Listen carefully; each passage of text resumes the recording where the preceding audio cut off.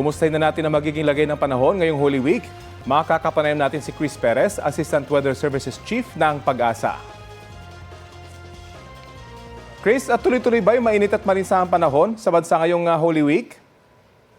Magandang araw, Rafi, at sa lahat po ng ating mga taga-subaybay. Tama po sila, no? So far, dahil wala po tayong inaasahang bagyo na makakapekto sa mga bahagi ng ating bansa, asahan po ang generally fair weather, mainit at medyo malinsangan sa nakararaming bahagi ng ating bansa. Pero magdala pa rin po tayo ng payong, lalo sa mga babae natin na pupunta sa mga ibang tourist spots o magbibisita iglesia, para po protection naman natin in case na bigla magkaroon ng mga panandaliang ulan na dulot naman ng mga localized thunderstorm, lalo na sa dakong hapon o gabi.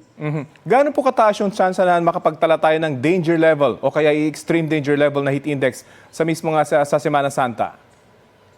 Well, so far, Rafi, dito sa Metro Manila, no, ang makikita lang naman natin ay yung extreme caution level. Ang forecast nating heat index sa Metro Manila ay posibleng pumalo ng around 35 degrees Celsius lamang. Subalit dito nga sa may ilang bahagi ng ating bansa ay posibleng umabot po ng 45. So sa mga kababayan natin, dahil panahon na po ng tag-init, antabayanan din po yung heat index forecast ng Pag-asa sapagkat kung ano man po yung actual na nararamdaman natin dahil mainit at malinsangang panahon, maaaring magkaroon ito ng hindi magandang epekto sa ating kalusugan. Kaya payo po natin, kung lalabas po ang bahay, kung mag-out of town, pupunta sa mga beach, maglagay ng sunscreen, yung mga kababayan naman natin na hindi maiwasang mabilad sa init ng araw dahil sa kanilang trabaho, sumilong from time to time and keep themselves hydrated. At higit sa lahat, avoid any unnecessary outdoor activities sa mga kababayan natin, lalong-lalo po sa kasagsagan ng init ng araw in between 12 to 3 in the afternoon. Nabanggit niyo po kahit mainit, may mga lugar pa rin uulanin. Ano mga lugar po ito?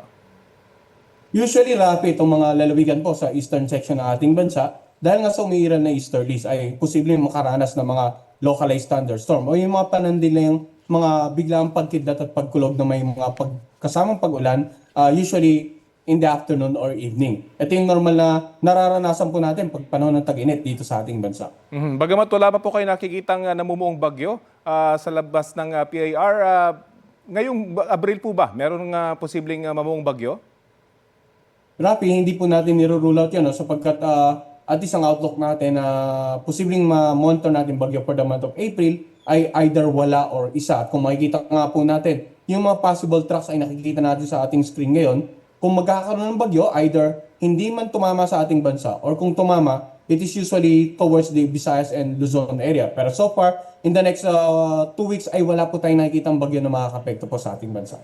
Okay, maraming salamat Chris Perez, Assistant Weather Services Chief ng Pag-asa. Maraming salamat din po at magandang araw.